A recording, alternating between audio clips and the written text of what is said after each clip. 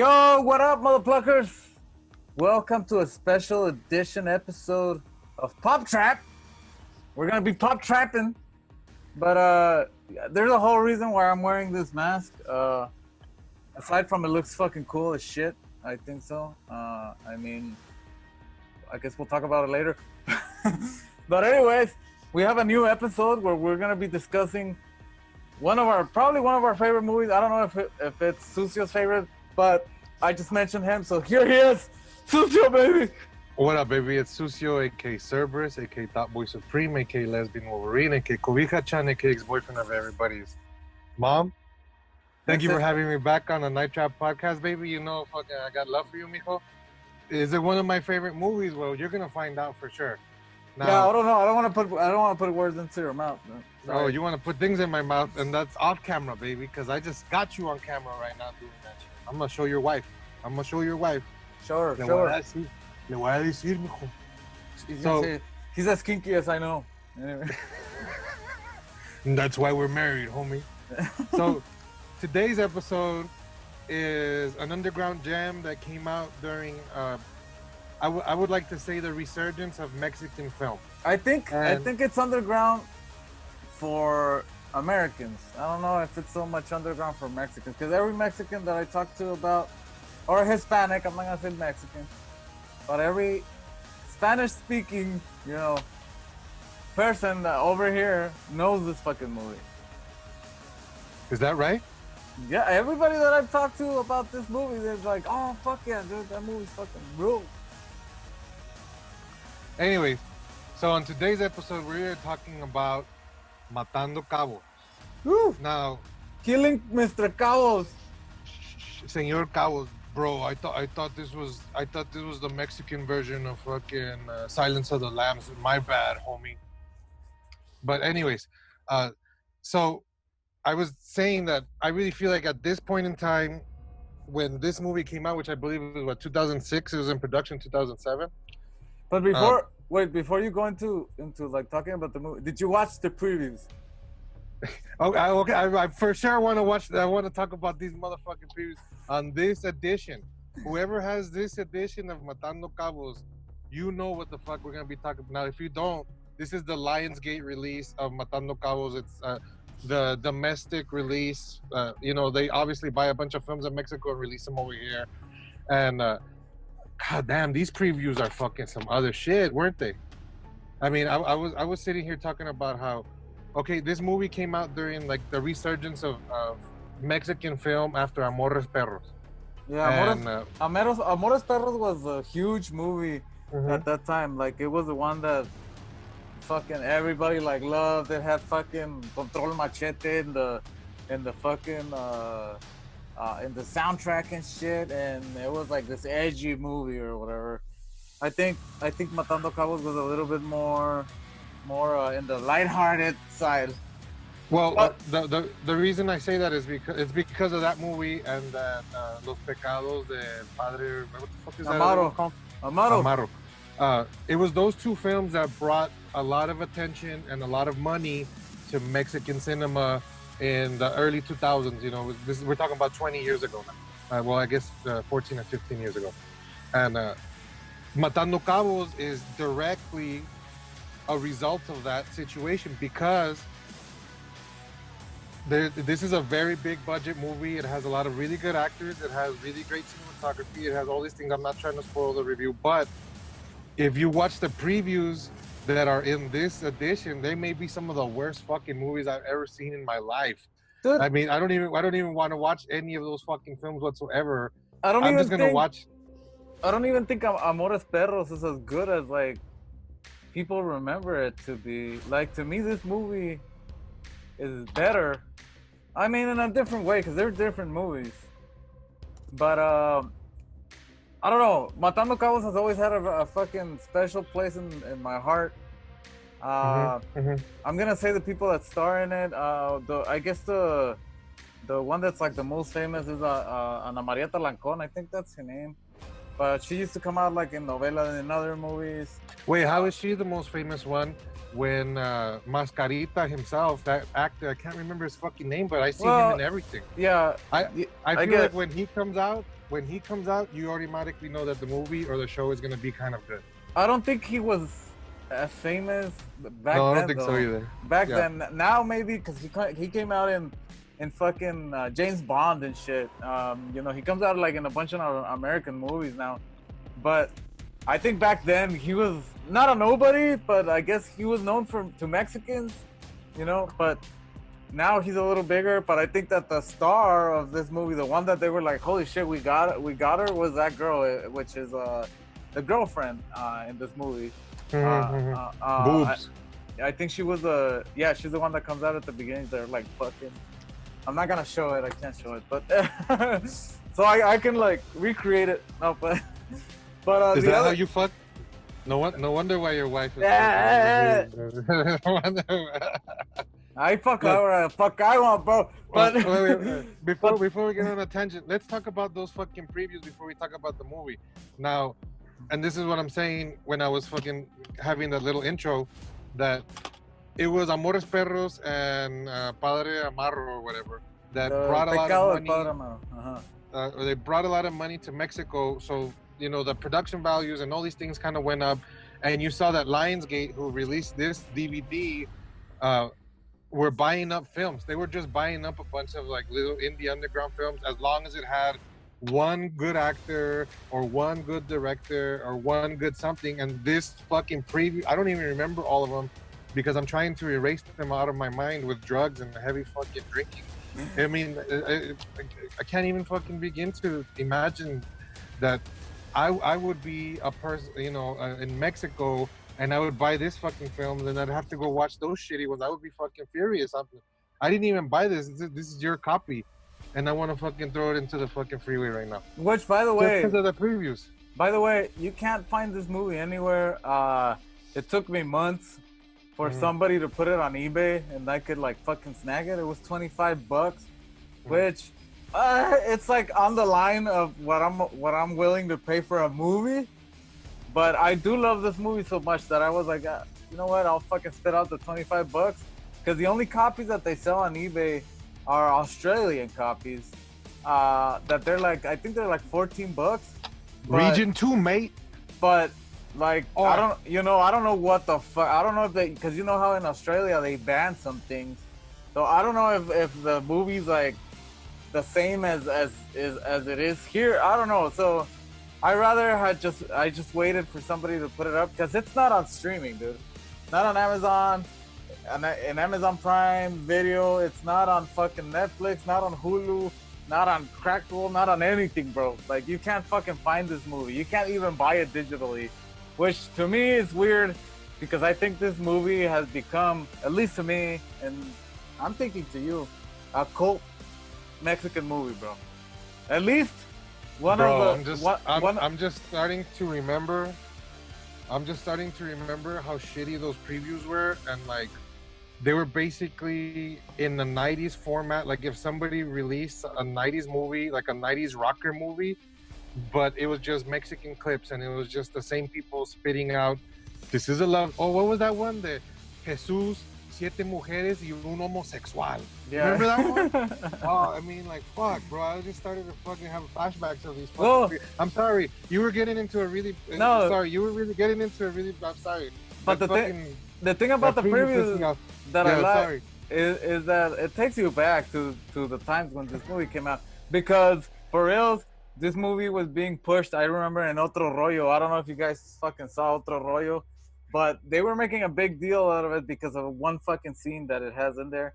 And I think they kind of recreated something in that show, which was a talk show, a very famous talk show in Mexico. I'm pretty sure everybody knows it. But they recreated some kind. I'm gonna look for the footage. But another disclaimer: this fucking episode is gonna be a little low on footage because there's not a lot of it on the internet. Oh, we're gonna get pulled. But there's not a lot of it. There's like, because there's nowhere to be found. I mean, there's a trailer. There's here and there some scenes, I guess the funnier ones. But I'll put however much I can, and without trying to be copyrighted, of course. But okay, so fuck the previews. Get into this movie. the two stars of this movie at the moment.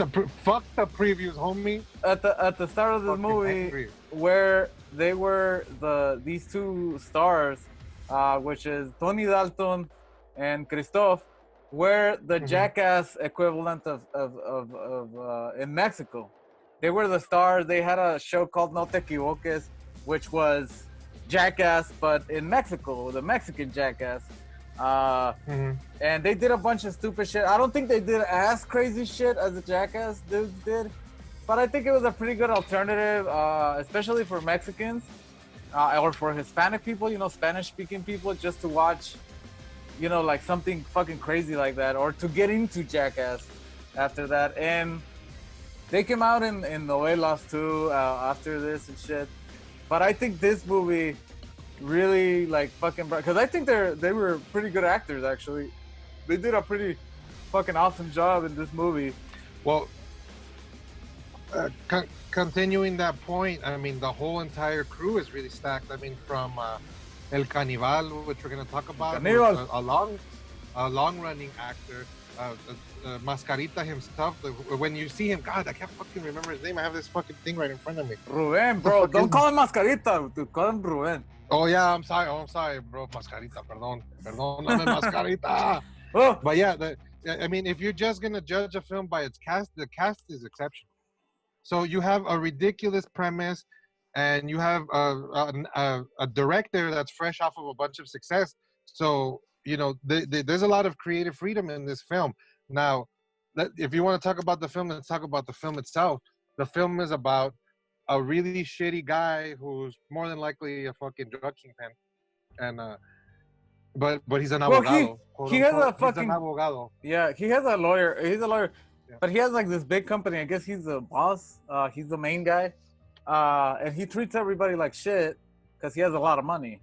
But the movie starts with basically the hibachi scene. Well, no, but basically Kristoff and Tony Dalton, which I fucking forgot their names, but they start, they're talking about stories about this guy, the horrible things that he's done, and he fucking like almost killed this fucking sushi chef because he didn't know how to speak Spanish, and he was just laughing at everything. It was kind of like a Joe Pesci in Goodfellas. Before you continue, now I know on my PlayStation that I watched this on, right? It automatically put it in English, like the dialogue in English. Oh, so I remember the opening scene was the sushi chef saying "shank you, shank you, shank you," instead of gracias, gracias. And I remember being like, I don't remember this fucking film being like, it tripped me out. So I had to immediately change it back. And I actually watched this film in both versions. So it's really strange because it's not necessarily in English, but a lot of the vernacular is changed. Like the dialogue is changed from the hibachi chef saying "rank you" to saying "gracias." It's really strange. It was really weird. That's just a weird little tidbit. Keep going, please. I'm sorry. I just had to get that one out because I fucking saw that. Well, the important thing about the story is not so much to either like the dialogue. I think you can watch it in English because I think the important things of the story is just the set of coincidences that keep happening, the set of things that are falling into place by themselves, because of all the characters. Well, after this fucking first scene when he almost kills this guy, you see that Mr. Cabos, the boss, is unconscious next to them. And this is where like the whole story, starts. And it just becomes a Lemony Snicket series of unfortunate events. Because it's just fucking, these two guys, which the boss knocked himself out. I don't want to spoil the whole movie, but he knocked himself out. He basically, one of the guys is like, in love with the daughter, and the boss saw them fucking, so they fucking hate each other. He wants to fucking kill him. So once he's unconscious, this other guy is like, well, we have to like You know, like Do something. do something about it. Yeah, and, we have an opportunity to do something to this asshole that's been fucking with us all our lives. But they're never And planning now- on killing him or anything, dude. They're just no. planning on like, where do we dump him? How do we like wake him up and tell him like this happened, or what do we do? So when they come back from him, he's naked. So that makes the situation even stranger.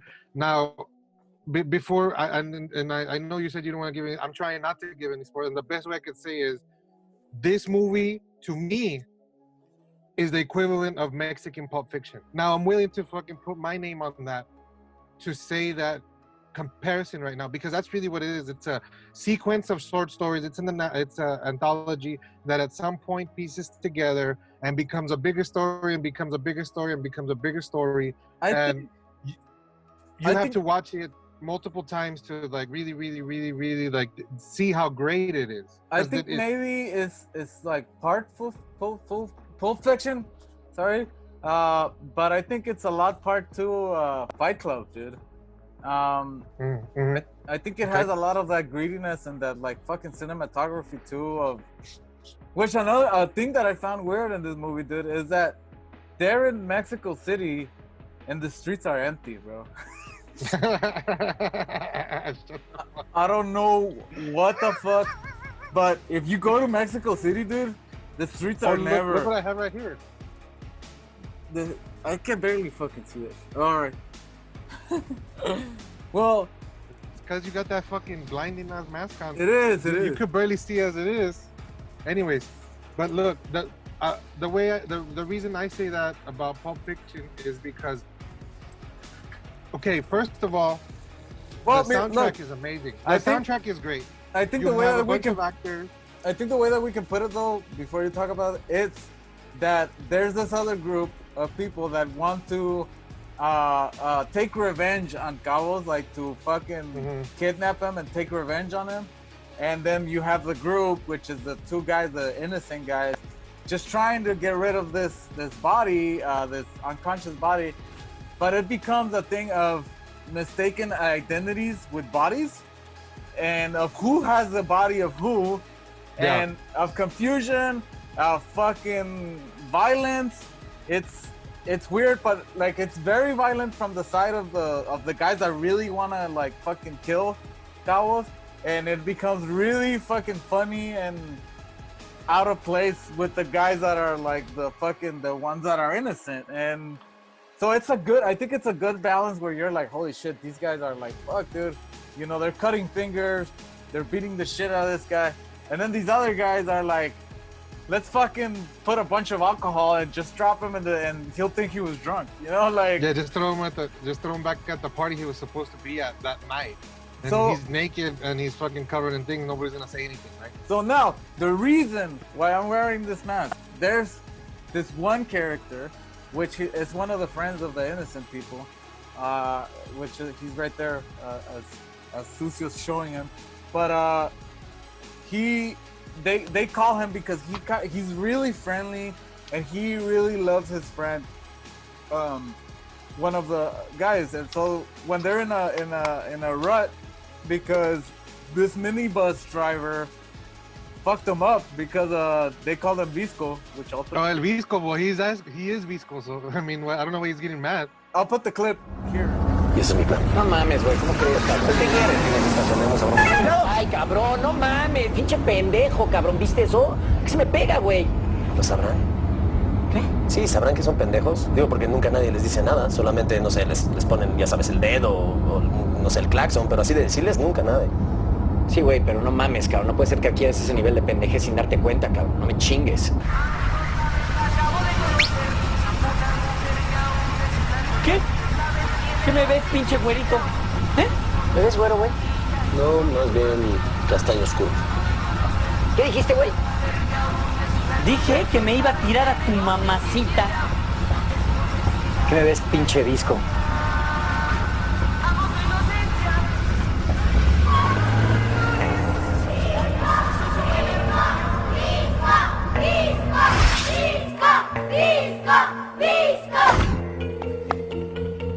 Que no va a venir porque estás bien pinche visco.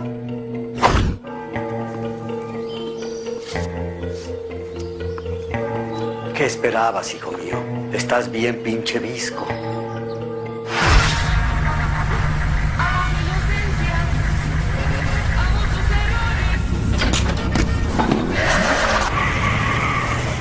That's the funny thing is that everybody who comes out in this movie has some really very small backstory that contributes to the bigger story, whether it's something like even the back characters.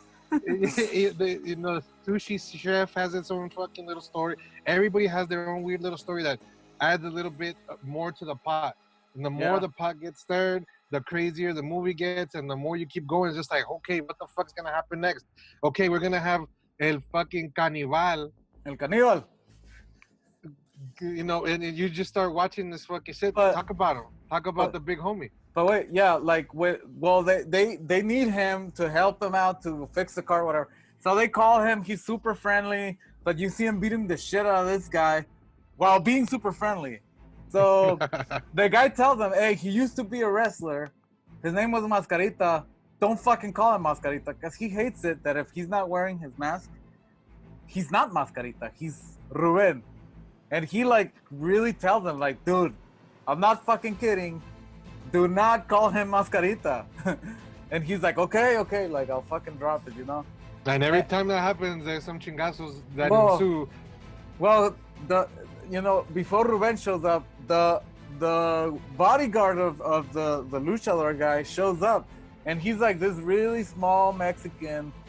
He kind of looks like a midget, but I think he's just Mexican, though. I don't think he's midget is the wrong word. I'm sure he's just little person. I'm pretty sure he's 5 feet tall.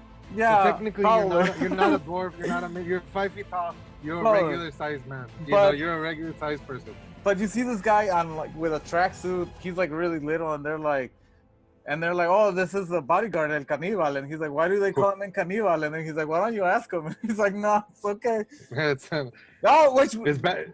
This is the reason why we have him in the Shark Week episode.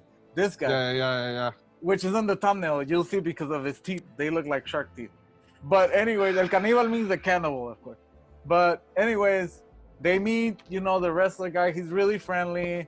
They tell them, Mascarita tells them, let's go. He's like a fixer. They call him because he's like the reservoir you could depend on. From Pulp Fiction. Yeah, no, he's like the one from Pulp Fiction, dude.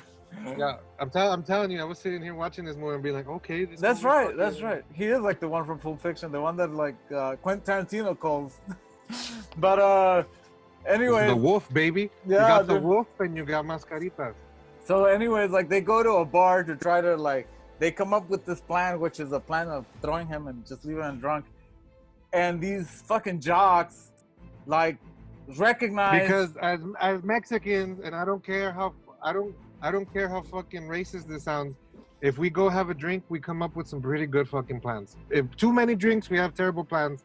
One or two drinks, we have really great plans. So. Nos echamos unos tragos coquetos, which is fucking awesome because tragos coquetos is like fucking daiquiris and fucking gingerly drink. But these jocks fucking end up fighting Mascarita because he called him Mascarita, right? Oh no, wait. Before all this, he fucking takes some drugs from this guy, and he has this whole fucking trip while driving where he thinks he's like El Santo. He's having flashbacks. But anyway, he's having flashbacks of his career, right, or what his career could have been. Like a movie I think star. That's really one of the moments when I started appreciating, and I think we started appreciating the film because, and this is what I was gonna say, it really started feeling quintessentially Mexican. It was, it wasn't Spanish. It wasn't Spanish. It wasn't from Spain. It wasn't from Honduras, Brazil. It felt Mexican, and I think that's why a lot of Mexican homies really dug this film, because you were saying there wasn't a lot of people in the Mexican streets. Well, what was funny to me about this whole film was that they were using lingo and fucking dichos from all over the fucking Mexico. It wasn't just one thing or another. I didn't feel like, oh, this is the F. You know how you feel? Oh, this is the F. And it didn't feel like that. It felt like just a Mexican movie. I think that Americans should know that not the Spanish language and kind of the Mexican slang and lingo, there's way more fucking words for things that we have, that Mexicans have. So we can express a lot of things with It's a like bunch of snow different and the words. Eskimos, baby. Except for the word pedo. The word pedo, which means fart, literally, but we use pedo for everything. For saying Every hi, other thing. for saying that guy is drunk, for saying this is not a right thing because it's, hey, hi, que pedo, you know? Or like, ese Oh, pedo means he's drunk. that situation. Anda pedo. Oh, Yeah. that shit sucks. Que mal pedo.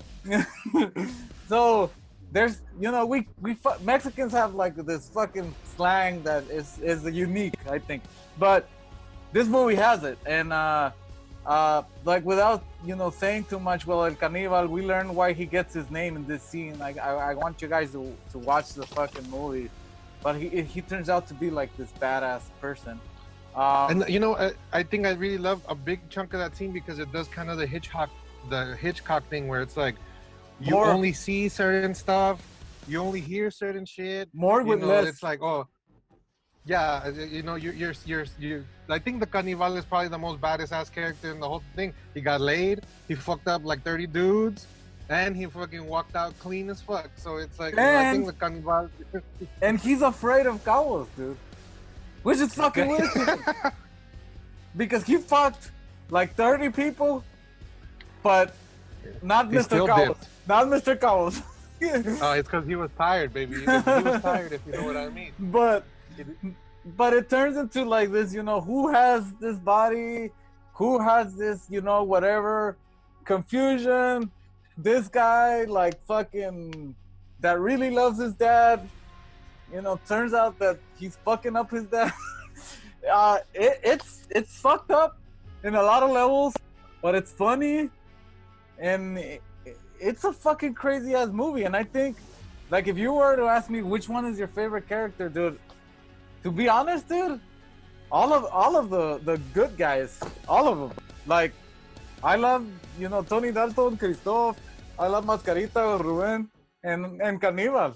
Like, they're all really likable, and it's rare for a movie to have 4 likable characters that are all in the same page, you know, kind of the same thing, that you like all of them. You're never like, you know, fuck this guy for fucking this dude's wife, or fuck Mascarita for being so sensitive about the name thing. Like, no, dude, like, you understand all these things.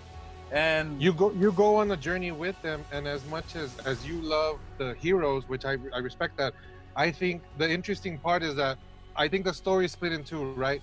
Between who has cabos and who doesn't have cabos, which we find out later who that is. But the bad guys, they're great actors too. And you know that those moments when it's like a real sequestro, it's a real fucking ransom, you're getting your fingers cut off, those shits feel real. You know, you're getting they gotta shoot the bird. You know, they gotta shoot that fucking bird because it's like you could see they're getting frustrated. They're getting frustrated at the situation, and they're like, okay, one side is comedy and the other side is realism. Whoa. And they keep crossing over and over. One keeps crossing into the other one, back and forth, forcing the story into this like weird fucking like tangent. There's a really which is like Pulp Fiction. There's really funny parts when they're trying to call the house to like report that they have the body of Cabos or whatever. Señora, and they keep hanging up on them, dude. And it's fucking hilarious because like, tu esposo. even when they said that he's like fucking kidnapped, he's like, just tell him if he doesn't want to come, don't fucking come. Yeah. They're already tired of each other's shit, and they already know what the fuck. Like, if you want to be like that, I'm not here to fight. Just fucking stay wherever you are. Like, whatever, I don't give a shit. It's fucking hilarious. That's a real Mexican shit too. Also, they cut the finger. They like have this plan to plant it in the house, and they end up putting a not a flashback, but a flash forward of the lady just throwing the fucking finger away into the fucking trash. So they never, they never even know like what it's fucking funny. Like, it's brutal. It's brutal in a way because you know that this shit that this bad guy is doing, he's doing to somebody that he loves, and it's just fucked up. But he's a piece of shit. But anyways, the big scene. Go ahead, bro. Go ahead. No, it's the confederacy of dunces is what you call it. It's like people doing stupid shit and fucking themselves over all along the way. And the more they fuck themselves over, the more you laugh at it. You know, you're sitting there laughing at it like a Shakespearean play, and you're just like, oh my god, like how much worse can this get? And you were about to talk about the scene part, right? The bad guy's name is Bocha, which kind of in English is like a botch, which when you fuck up, you know, a plastic surgery. It's like, I think that's kind of funny. I don't know if they did it on purpose, but the big scene of this movie is a chase scene inside of Estadio Azteca. I don't know if it's Estadio Azteca. I think it is actually, which is the big stadium for Mexico. That's the stadium where the Mexican team plays. And they fucking destroy it. And that's what I fucking sat there. I sat there and I said, oh my god, they fucking straight up threw a real car in a real stadium through the fucking and seats. Smashed up all that shit. Yeah. That's when I started to really look at this film and be like, wow, they threw some real money. They really planned this movie out. They flipped the car, bro. They fucking flipped the car. They got really great actors. They fucked up a classic fucking car, bro. Oh yeah, for sure. They fucked it up like bad, and this guy is like suffering, Mascarita, because it's his fucking baby. And I think it's so funny when the bad guy is gonna take the car, and Mascarita's like, fuck no, bro. That he beats the shit. He fucks him up, dude. But they don't realize that they're enemies. They don't realize that they're enemies at that point. They've been fucking each other up the whole time. The whole entire time they've been fucking each other up, and they don't realize it until that moment, like an hour into the movie. And there's also a really, I mean, you can, it's because the best way to enjoy is just watching this movie. But there's another scene where they kind of need to distract people, and he kind of needs to win the love back of his fiance, and they sing a song together or whatever, and it's cheesy as hell, but I don't know, like you feel for them, and it's fucking funny that it's like this redemption thing that is happening, and then as soon as like he's like back on top, they're like, we gotta go. And I'm out of here. Yeah, and it's like you leave them wanting more, baby. It's I don't know. It's a crazy ass fucking movie. We have been trying to talk about this movie for a while. The thing is, we wanted to have a fresh opinion of it, and we couldn't find it anywhere. So I kind of did, find it on eBay. That's why we were fucking and ended up, lending it to him, and I was enjoying this movie. Well, in full disclosure, I had seen this movie before, but if you want to be real, like, I think I started fucking around with whatever girl I was watching this with. So I really only remember the first 20 minutes of this film, and then hearing fucking El Santo, the momias, and then car crashes. And, I mean, you're hearing all this crazy shit in the background. You're like, what the fuck's going on over there? Yes, Netflix, I'm still watching, but, I'm more distracted. When I saw it again, it actually took me 3 viewings to sit down and watch it because I kept having I think I fell asleep the first time because I ate a pizza. Don't fucking judge me, I'm fat. I think the second time I watched it, I got too blazed, and the third time I sat down and I watched it, and I was like, fuck, this movie is amazing, just because it was like, I was too distracted those other 3 times that I'd seen this movie. How long is this movie, bro? bro? Sat down and I fucking looked at it.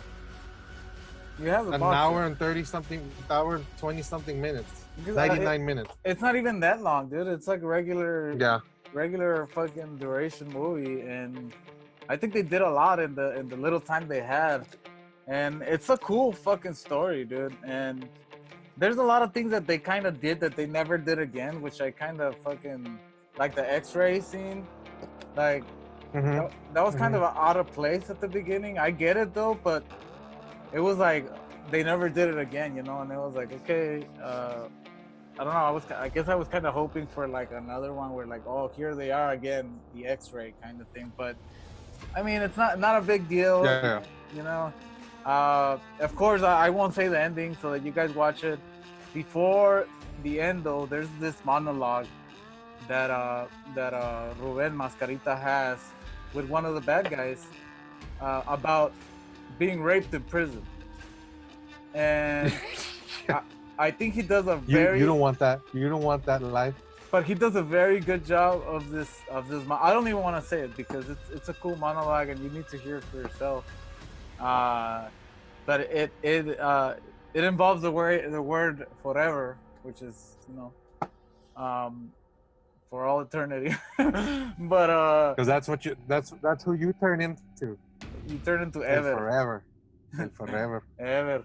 No, But- I really, from beginning to end, I think this film has so many different influences and styles that it not only grabs onto, but fucking showcases. It makes them better. Like we were talking about, you go from one extreme of comedy to an extreme of being fucking ransomed and held hostage, to another extreme where a man is telling another man, you don't want to get raped in prison because it changes you as a human being, and it's a legit thing, and it's a moment that it's a minute, maybe it's fucking 45 seconds, but it's so impactful because you're watching two really great actors talking amongst other great actors after one of the most stupidest fucking scenes where they fucking have to, there's a crazy parrot that's been talking shit the whole movie, and you're just like, oh my god, how many fucking jokes on top of jokes on top of jokes. And I get what you're saying. There's stuff in the beginning of the film that I wish kind of came back near the end, but it was great. I love this fucking film. It's one of the best films I've seen in Mexico, from Mexico, in a very long time. Well, this I'm movie gonna be very honest. Everything happens in the span of like 12 hours. It's not even a whole day because it kind of starts like at the end of the shift, like at 5:30 in the evening, and it ends up the next morning. The sun's coming up the next day or something. So they gotta go back to work. So it's probably not even 12 hours. It's probably even less. But it's just that one night, basically. Yeah. And it just ends up in the morning. You know what happens to everybody. They kind of all become closer friends, I guess, at the end too. And you gotta see it. It's got a cool ending. I think it's a satisfying ending. I wasn't mad. I wasn't like celebrating either, but I think it was like an appropriate ending for a very cool fucking movie, very stylish movie, bro. And I like that they incorporated, a lot of, of the Mexican tropes, of the Mexican things, and that they incorporated the lucha libre, which to a lot of Mexicans is a really important thing, culturally speaking, for, like, yeah, over here in the United States, we got like Terminator bodybuilders, but in Mexico, the ones that are kings, the ones that are rule, are the luchadores, dude. And to me, exactly. This was fucking amazing, and I'm gonna give my rating first.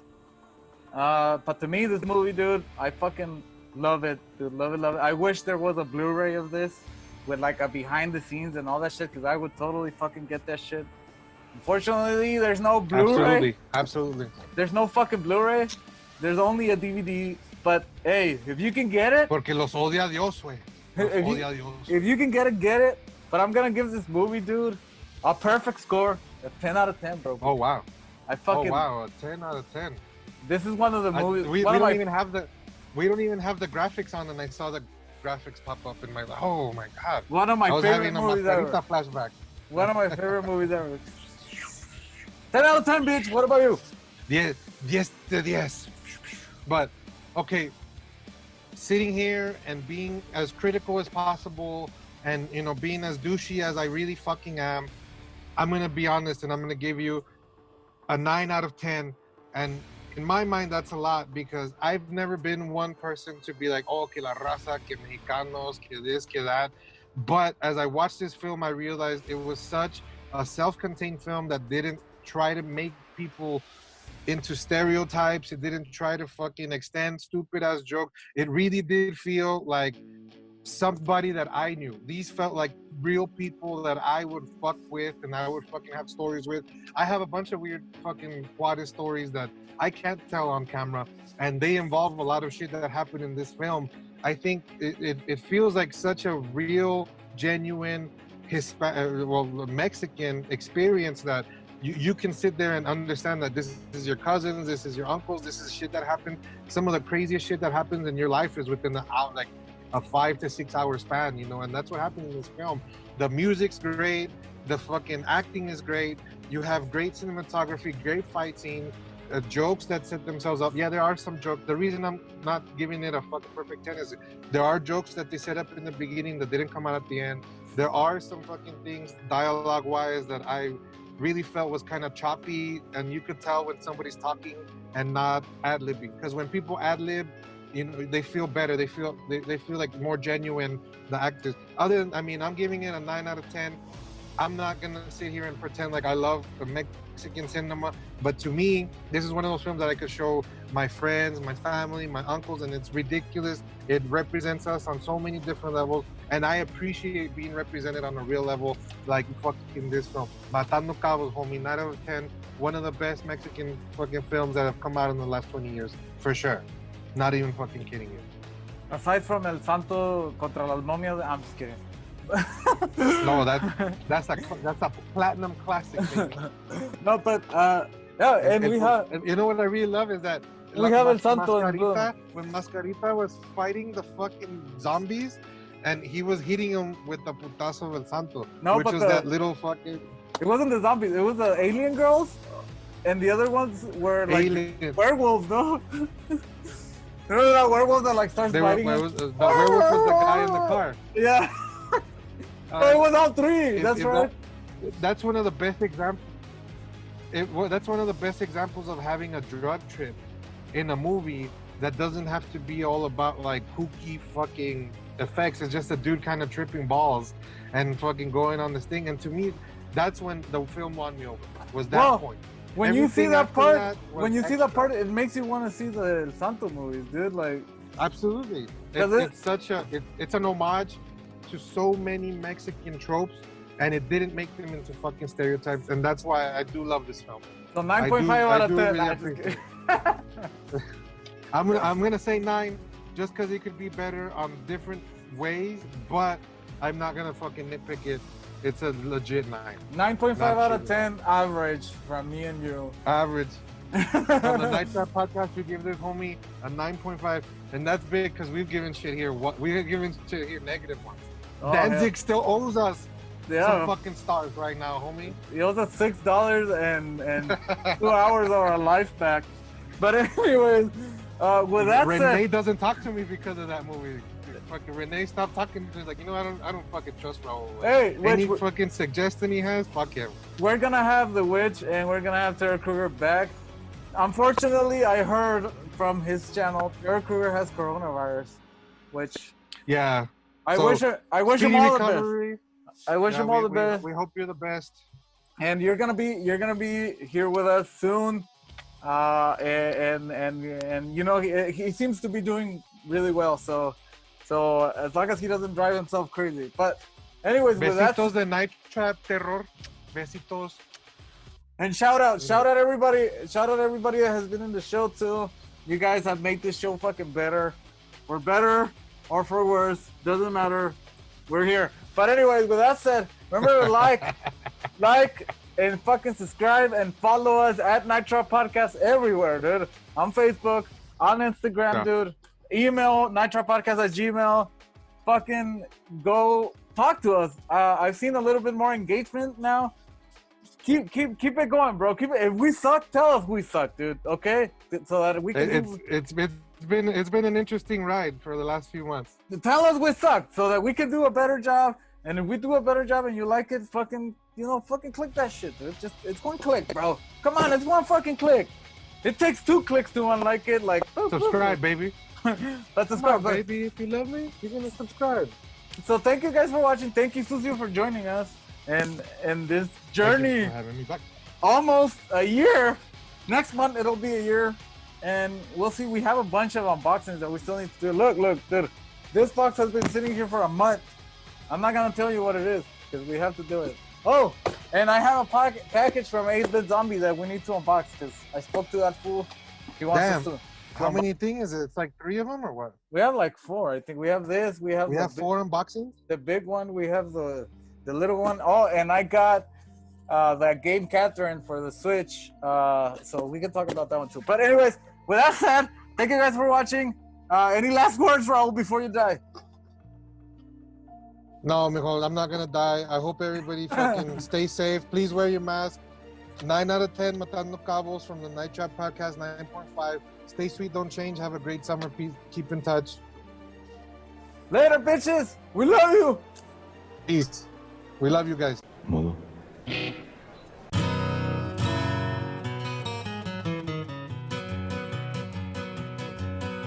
Anoche yo me encontré una chica de cutis blanco. Luego me enamoré de esa reina de Polanco. Fui flechado por Cupido. Con esa torta, Nietzsche escopido. Tenía la piel perfecta, como pompa de princesa.